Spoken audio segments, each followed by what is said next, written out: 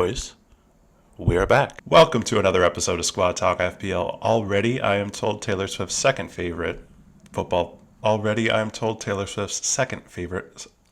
Fuck this, man. Welcome to another episode of Squad Talk FPL. Already, I am told Taylor Swift's second favorite football-themed podcast on the internet, and we are not stopping there. I'm your host, Nick Boonstra, aka A Real Boon on Twitch. I'm not on there a whole lot, but that may change, so hit those follow buttons now. Follow, it's just follow. That's the name of the button. 10-year veteran of the FPL Wars, full-time Lyft driver in and around the great city of Boston, Massachusetts, and more than happy that you are here with us today. If you are new to the podcast, welcome. Again, we're still new to the podcast, still getting this off the ground, so make sure you hit subscribe so that you don't miss an episode over on YouTube. Get the full video experience. Hit like if you do like. Leave a comment. I would love to answer listener questions, anything you got. I am your dancing monkey on the screen. And if you want just an audio experience, go right ahead and check us out on Spotify and Apple Music.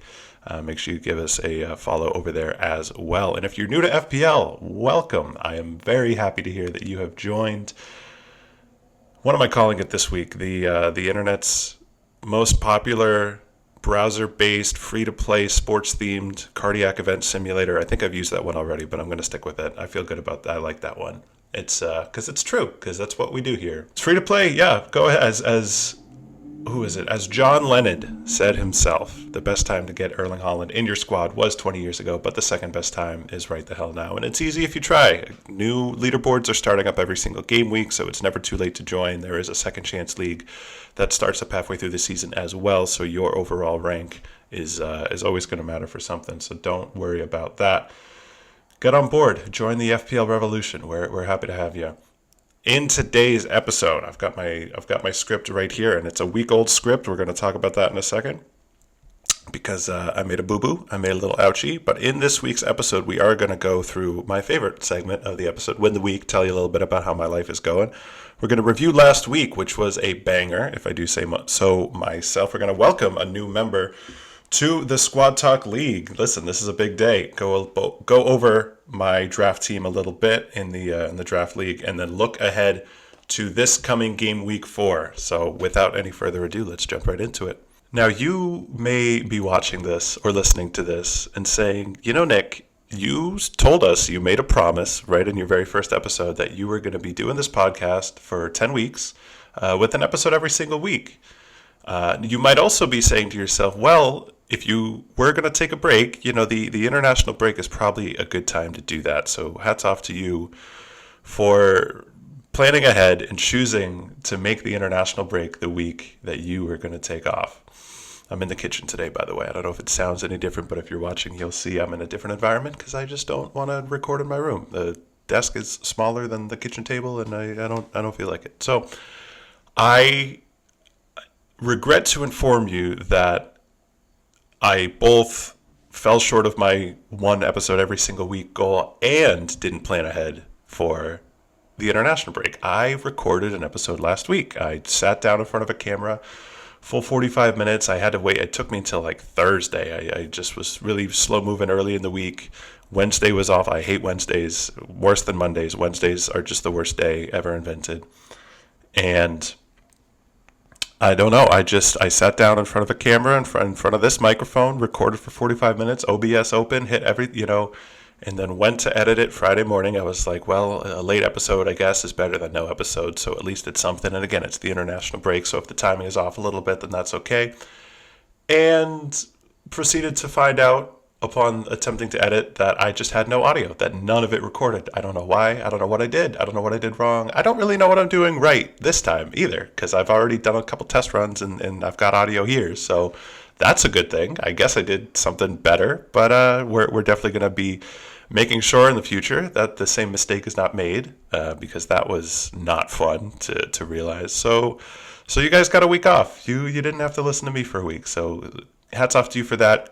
And hats off to me for fucking up the fifth ever episode of the Squad Talk FPL podcast. But Life goes on. It was an okay week. Last week, I went on this whole tirade, and if you follow me on Twitter, at NicholasEthan97, it's not fully dedicated to FPL, but it is my Twitter account, so if you really want to see what I'm doing on there, you're welcome to follow. Some days I'm more active than others.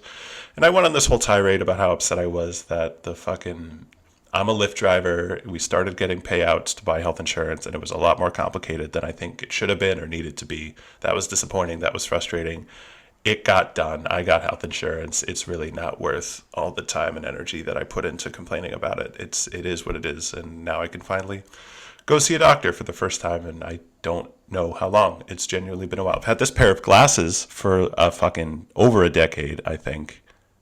About a decade, maybe a little under actually, now that I think about it, but still they're dirty as hell and I don't see well through them. So I'm looking forward. I separately got vision and dental as well. So I'm just glad finally that I can I need to make time for it. I need to figure out when and how I'm going to see all these doctors, but I can finally start seeing a doctor. So that's good. That's a good thing. My mom, my poor mother, my dear sainted mother, her car died. It was a whole ordeal. So very glad that I got to help her out with that. But unfortunate that she has to go through that. So she is currently waiting for work to get done on that. And I hope that is quick. And other than that, it was just kind of a week. No crazy lift stories to report. I did have a guy tell me his UFO experience as I drove him across Providence, Rhode Island. That was interesting.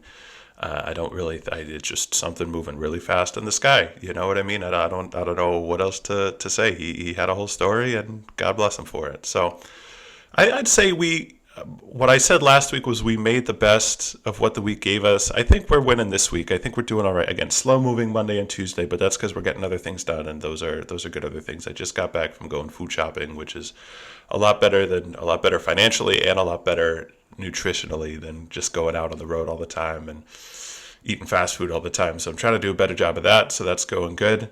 And and it was a good week in FPL, as we'll see. So that's a bit of a brief. I don't know if I have it in me to make today a super long episode, and maybe that's a good thing. But that's your brief win the week, brought to you by nobody in particular. But hey, squadtalkfpl@gmail.com. My inbox is always open if you want to get involved in reaching all 7 of my listeners. I'm sure they would love to hear more about whatever you're selling. With that, let's just jump right into last week, guys. The Boone squad got 70 points. Game week 3, we're cruising. We're fucking moving. Now, I remember I was telling you at the time that I wasn't sure about what I wanted to do for my transfer. I ended up not making any transfer at all. So you'll see I started Lewis Miley in midfield, knowing that Anthony Gordon was going to be hurt and hoping that meant that Miley would start and hopefully do well against an iffy Leeds United defense. Neither of those things happened. It was 1 total point from Lewis Miley, so that was a bit disappointing. But it means that I rolled a transfer. It means I have 2 free transfers going into this week, and as you'll see in a little bit, I am thinking of aggressively using those transfers, so we'll have to see. So disappointing with Miley, a risk that I'm happy enough to have taken. I did get 10 points from DU, 3 from Tarkovsky, 4 from Pedro Porro. Bruno Fernandes, vice captain with a 10-pointer. Happy to see. Haaland up front, captain, 18 points total. Evan Nielsen with a goal for 8. And Lucas Paquetá, the Brazilian GOAT himself, with 10 points as well. Now, the one thing, the one red flag, the one disappointment was starting Lewis Miley over Marco Senesi for Bournemouth. 90 minutes played for 2 points, an assist, a clean sheet, and 3 bonus for a grand total. Oh, and 14 Contras, 14 DEFCONs there for another 2 points. A grand total of 14 points left in my first bench spot. Now, with the 70 points that I did score, I am all the way up to top 100K, just outside the top 100K. 109,087 is my overall rank right now with a flat 200 points over the first 3 game weeks. And I just want to make it perfectly clear, I am thrilled, shocked, stunned, just overwhelmingly overjoyed with how well my season has started. I can't, and again, I've already said all this into a microphone once, so forgive me if I'm not really giving that excitement, but I can't believe how well this season has started for me, guys. I really can't. I wonder if I don't have enough space on my computer. So I'm going to keep this short. Okay, maybe that's why the audio didn't record. We're going to keep this short. I am shocked that I'm top 100K in the world. No chips played. I had a whole segment over looking at all 3 of the game week winners so far and the people who are in the top 5-10 of the overall rank right now. All of them have played like all of their chips for the most part, one or two exceptions, but most of them have played certainly at least one chip, if not two or three. And so that makes me feel a little bit better about the fact that I haven't played any of my chips yet. Again, 200 points, top 100K, but no chips played yet. So we're doing good. Now, the Senesi benching, of course, you take away Miley's 1, you add Senesi's 14. That would have taken 70 up to 83. So that would have made from top 100K, we could be talking about top 50K at the moment, if not better. Again, everyone's really bunched up right now. I haven't looked, so that could be an exaggeration. Maybe it's top 80K, but certainly better than where I am. So it sucks to know that that's not part of my score right now. I want to be process driven and not results driven. In FPL, that's the only way you can really, because with any given week, you're only going to be able to look ahead at it. You're never able to look back and make decisions in hindsight. You can only use the decisions you've made in the past to influence and forecast what you're doing going forward. I feel okay about benching Senesi. Like, it sucks. He was going against the Tottenham team that hadn't allowed a goal yet, that had just beaten Manchester City, I believe, at the Etihad, if I'm not incorrect recollecting. So, and Senesi doesn't get you assists. I looked at this, I think he had one season where he out of nowhere bagged 5 assists. Previous seasons, 23-24, he had 4 goals, 5 assists, but his other 2 years in the Premier League, he did not get a single one. And so, again, maybe it happens more, but Marco Senesi is not someone you put in your team expecting to get assists out of. So that would have been nice if I had it, but just going into the game week, knowing that it was Spurs, knowing he was a defender, knowing he's not like the creative necessarily type, I felt okay leaving him out. And you play that game week 99 more times, I probably leave him out 95 of those, maybe. You know what I mean? And I think if you play that game 99 more times, he gets an assist in 1 or 2 of them. You know what I mean? So overall, I'm glad that I have him. I know he's been a popular transfer in over this international break, so I'm glad to get the price rises, that he's going to be getting. I'm glad that I don't need to make a transfer to get him into my team. I'm glad that Konsa, again, got that game week 1 red card so that I could feel good about making that move and going into the fixture run that Bournemouth was going into. Just a bummer, but not one that you can dwell on too long, that he wasn't in the points for me. Very happy to say that we have a new member in the Squad Talk FPL League. And again, if you'd like to join that league, the code is 07HAXP. Good old Bobby. Bobby, welcome to the league. Now, I've got good news and bad for you. I've got good news and bad news for you, Bobby. The good news is you are in the top 3 of the Squad Talk FPL League. The bad news is you are 3rd out of 3 in the Squad Talk FPL League. But hey, everyone is welcome, and the more people that join, the better that stat is going to look and sound. So let's get more people joining the league. But Bobby had a solid week, 59 points, better than Johnny's 52, but still overall on the season only enough for 3rd right now. Let's see, Senesi, he did start Senesi, so big kudos to you for being brave enough where I was not. Joe Roden as well, 7-pointer. Congrats. Captain Bruno Fernandes, so that's 20 points. Fulkrug, Gyökeres, and Watkins, probably the 3 strikers that most exemplify, should be doing better. Palmer and Saka on the bench, and I'm sure those are tricky decisions for you as to whether to keep them or not, but it looks like you're doing strong. You got good guys in your squad, and certainly once those guys are back to full fitness, you'll be happy to have them as well. It's always, I really hamstrung myself a few years ago holding on to Erling Haaland for much longer than I should have when he had an injury, just because it kept looking like he was going to come back, and then he kept not coming back. So it's always tricky. It's always a question of what the right thing to do there is. I don't understand why when I tell my phone to go on Do Not Disturb, I still get text alerts. Granted, I get those text alerts from my mother. Love you, Mom. Glad that you're reaching out to me. I want to read and hear and see everything that you send me. I don't want it when I'm in the middle of a record, and I don't know why my phone doesn't respect my privacy in that way. But that's what you get for switching from iPhone to Google, I guess. So the joke is on me. So Bobby, welcome. Thank you so much for bringing FPL bench warmers into the Squad Talk League, and I hope we have a lot more coming soon to join you as well. Quick look back at last week in my draft league.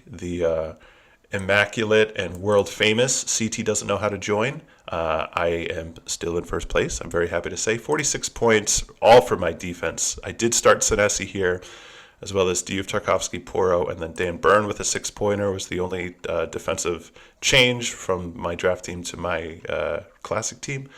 Saka and Gordon both on the bench. Keeping hold of both of them. I am trying to trade for a better forward because my striker core currently consists of Mark Guyu, Joel Piro, is it Joel? Joel Piro, yep, and Taiwo Awoniyi, all of whom are doing precisely nothing for me, so that's disappointing. And then Reinders, McAllister, and Dango in midfield, again, all blanking this week. McAllister, 1 extra point for a clean sheet, but really not much to speak of there.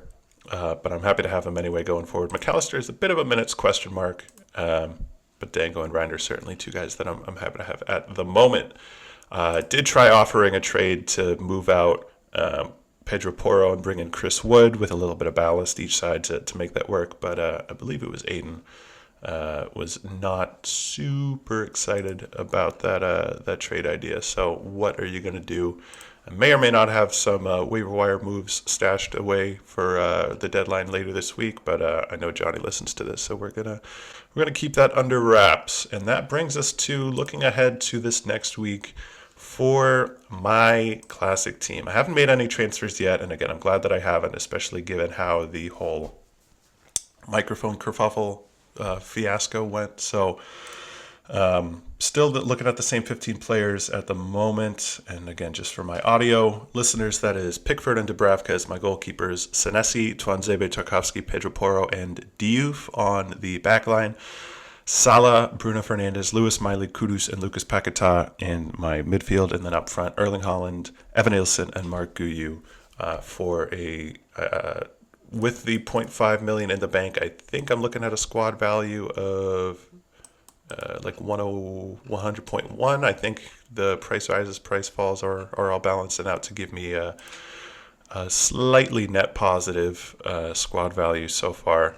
So I'm very glad to see that. As far as transfers go, and this is going to be the title, this is going to be the thumbnail, this is the moment you all are waiting for. I am seriously, legitimately, actually, very much truly considering transferring out Mo Salah going into Game Week 4. It is a legitimate consideration that I move Mo Salah out of my team. And now you're saying, Nick, he's the Egyptian king. You told us he's the GOAT. He's fucking playing Burnley next week. He's fit. You know what? Like, what are you doing? What are you thinking? All of these considerations, all of these things, they're real. They're true. They're good. They're right. They're correct. You are thinking more logically than I am. I am thinking about the fact that Mo Salah is taking up 14.5 million of my budget and has done more or less jack shit this season. He does have 1 assist. He does have 1 goal. Both of those came in, as my people this side of the Atlantic Ocean like to say, garbage time. Both of them felt lucky. I mean, 1 goal and 1 assist on a net season 0.3 XG and 0.3 XA. That's called overperformance. I don't love XG and XA. I don't think they're perfect stats. I don't want to rely on them too much. But as far as what we do have to go on, it would seem to indicate that scoring, 3 times your XG and your XA over the course of a season isn't super sustainable. Now, I say that looking at the fact that last season he scored 29 goals and nailed 18 assists on 24.7 XG and 8.99 XA. So who the hell am I? What do I know? All that matters is that ball does go in net, and so far it has. He hasn't always been the one centrally involved in ball going in net, so that's, a question mark. That's a concern. I don't know if his level of production and his level of performance, again, I listen to these games, I'm out in the car, I don't see what he's doing, it doesn't sound like he's the centrally involved figure that I would want him to be, that I would need him to be, to feel good about having him in my team. Now, you may ask, okay, well, if you were to sell him, if you did get him out of your team, who would you be bringing in for him? What's got you so excited that you think it might be worth it? What player could possibly be performing at such a great level that it would make you feel good about bringing Mo Salah out of your team? That player is Cole Jermaine Palmer. of Chelsea Football Club. Already taken a price drop down to 10.4, and still, to just further illustrate how unreasonably I am thinking, still red flagged. Groin injury, unknown return date. I haven't made this transfer yet. I'm not going to make this transfer on the record here today. And I, to be fair, am probably not going to make this transfer going into Game Week 4. However, one of the things that I'm proudest about for my team so far, and one of the reasons I think that I am doing as well as I am this early in the season, is the fact that I've gone for players that other FPL managers and content creators are talking about with an air of, keep an eye on this guy. They're giving you their template, they're giving you their ideas of who's good and who the right picks are and who's going to be best. But they're saying, Senesi could be interesting. Lucas Paquetá could be interesting. Evan Nilsson seems like a good pick if you want to go there. Malik Diouf really has me interested. I'm going for Aaron Wan-Bissaka, but Malik Diouf could be interesting. I'm going for Joao Pedro, but Evan Nilsson could be interesting. You know what I mean? And I know Joao Pedro has performed very well. I could tell you all about the fact that he's currently also overperforming his XG. 2 goals and 2 assists on 1.4 XG and 0.1 XA. Again, it's 3 games into the season, so make of that what you will. While Erling Haaland has 3 goals on 3.9 XG, so actually underperforming as apparently silent and anonymous as he is in his games. He's scored 3 goals on an XG of almost 4, underperforming, and could be expected to start doing even better than that going forward. So I went for Haaland first. I said, forget Joao Pedro. And as you'll know, again, if you've been listening, I faded Chelsea. I didn't go for Joao Pedro. I didn't go for Cole Palmer. I went for Mark Guiu when he was still at Sunderland. You know what I mean? I just have a feeling, a gut feeling, and he's even fanning these flames of my gut feeling on Instagram. Cole Palmer is, and I know Johnny was like, dude, they're all going to say they're coming back soon. But Cole Palmer is saying he's coming back soon, guys. He's missed 2 FPL, he's missed 2 Premier League matches plus an international break where he didn't participate with England. I really think there's a chance that he could be fit as soon as Game Week 4. That's not reporting. That's not anything I've seen or heard confirmed anywhere. That's not even something I really think people are speculating. I don't love all the FPL in the nose and waiting on Twitter for all these fucking leaks at the last minute. I'm not about that. I just, in my own gut, in my own vibes, the universe is sending me vibrations saying Cole Palmer could be an interesting pick going into Game Week 4 and in lieu of Mo Salah. Now, that would be interesting because it would give me 4.6 to work with in the bank with another free transfer. That could mean getting Mark Guiu up to someone more interesting. That could mean getting Lewis Miley up to someone more interesting. That could mean getting Axel Tuanzebe out of my team and getting a serviceable defender. I don't know. I haven't really even looked at that part of it. The other reason, aside from all the normal reasons that it's fucking boneheaded to sell Salah for Palmer this week, is the fact that everybody, and I mean everybody, everyone and their mother, people are going to make teams in order to captain Mohamed Salah going into Game Week 4. Burnley away is a phenomenal fixture for Liverpool, and Mo Salah is a phenomenal person to capitalize on that fixture. Now, if you look at my team, if you're up on YouTube, you'll see that I currently have Erling Haaland as my captain going against Manchester United at home at the Etihad, with Salah as my vice captain. Now, remember, I explained at the beginning of the year that half of FPL is Family Feud, considering what everyone else is going to do and accounting for that, responding to it, knowing that if everyone else has a certain player and captains that player and that player returns and you don't have them at all or don't have them captain, that could really hurt you.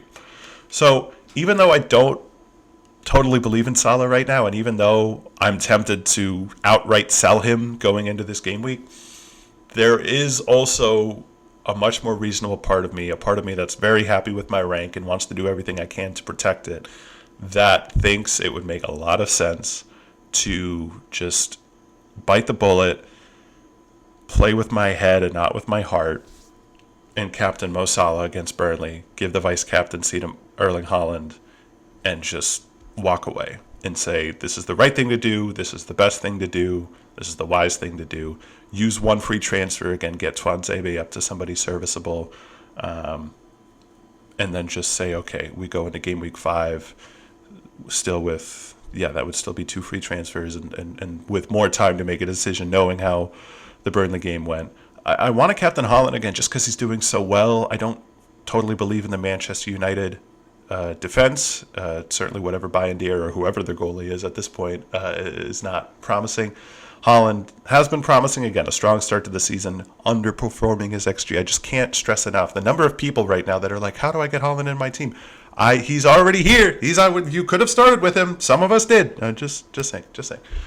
So those are the things I'm thinking about. Again, if I do make a transfer, it's just going to be to get one of those low-end bench pieces into somebody who's playing. The fact that Lewis Miley didn't start definitely hurt. Wolves at home for Newcastle. Again, the Gordon ban is three game weeks, I believe, 3 matches. So I'm probably just going to bench Miley again and see what happens. Pickford in goal against Aston Villa doesn't feel like a great fixture, but the Villa attack has not shown that they can really do anything super threatening. With Dubravka obviously staying on the bench against Liverpool, the other side of that Burnley fixture. Diouf, Tarkowski, Pedro Porro, and Senesi again on the back line. I do think forward the back is good.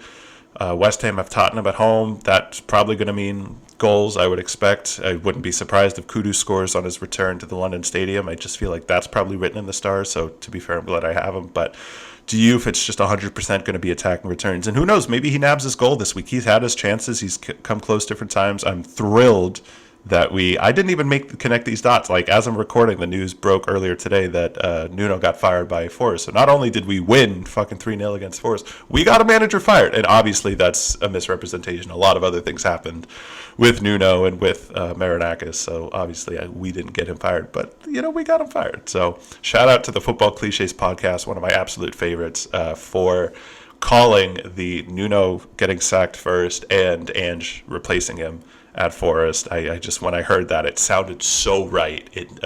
This was weeks ago when they're speculating, like, I wonder who, and talking about all the different managers that go on rotation on Monday Night Football and all the other British shows that I know nothing about, but it just sounded so correct. And now here we are. So kudos to Adam and the gang for that. But yeah, the biggest question mark is Mo Salah. It's just, I'm not happy with his production, his performance, his cost, his points per million here. That he's taken up for me and my team, but he's also Mo Salah, and I know that he's great. Obviously, the addition of Isak is going to be very interesting. I would highly recommend against adding him to your team this early into his Liverpool career. I don't at all expect him to start. I don't know what it's going to mean for Gakpo and Ekitike and the whole thing. Obviously, Isak, once he, give it a week or two, he's going to be a phenomenal, and who knows, maybe that's when I hit the wild card and start trying to rework things to get Isak into my team as the Liverpool striker there. I think certainly he'll do very well, and he could be everything Darwin wasn't. You know what I mean? He could really be the number 9 for Liverpool and be productive in that way. Obviously, Ekitike has already done well in that role, so it's going to be interesting to see how that goes. But yeah, give it a week or two. It's really not going to be that long. And who knows, maybe the people bringing in Isak this week are just doing it to try to get ahead of those price rises, just trying to get on the right side of history. That's quite a turn of phrase to talk about FPL. Try to get in there early and capitalize on that. So we will see. But yeah, Diouf, I'm a weaver. I weave. Forgive me. Diouf, Tarkowski, Porro, and Senesi in my backline. Salah, Bruno Fernandes, Kudos, and Lucas Paquetá in the midfield. And then once again, Haaland and Evan Nilsson up front. Whether Salah ends up being that captain or whether I stick with Erling Haaland is going to be the big question. The family feud goes both ways. On the one hand, if if everyone else is captaining Mo Salah, you want to captain him to just kind of cover off, protect yourself, protect your rank. Because if you don't have him captained and he goes off, then it's going to hurt. On the other hand, if Salah doesn't return and if Haaland does great and if not a lot of people have Haaland captained, and I do, that would be massive. If he gets a hat trick and again Salah continues to kind of scuffle along, then that it would just be another green arrow for me, and I'm already at top 100K, so that would be exciting. So we are just at the half-hour mark here. I edited it down because I don't know what I'm doing and I say funny things and cut them out later. So that's going to do it for this week, guys. Thank you so much for watching. Thank you for your patience with me. Hope you enjoy. Again, make sure you hit subscribe on YouTube if you're watching. Follow on Spotify or Apple Podcasts. The dulcet tones of Nicholas Boonstra's voice. Again, at NicholasEthan97 on Twitter if you really want to follow me. Viewer discretion advised. And other than that, get out there, win your week, and I will see you next time. Take care, everybody.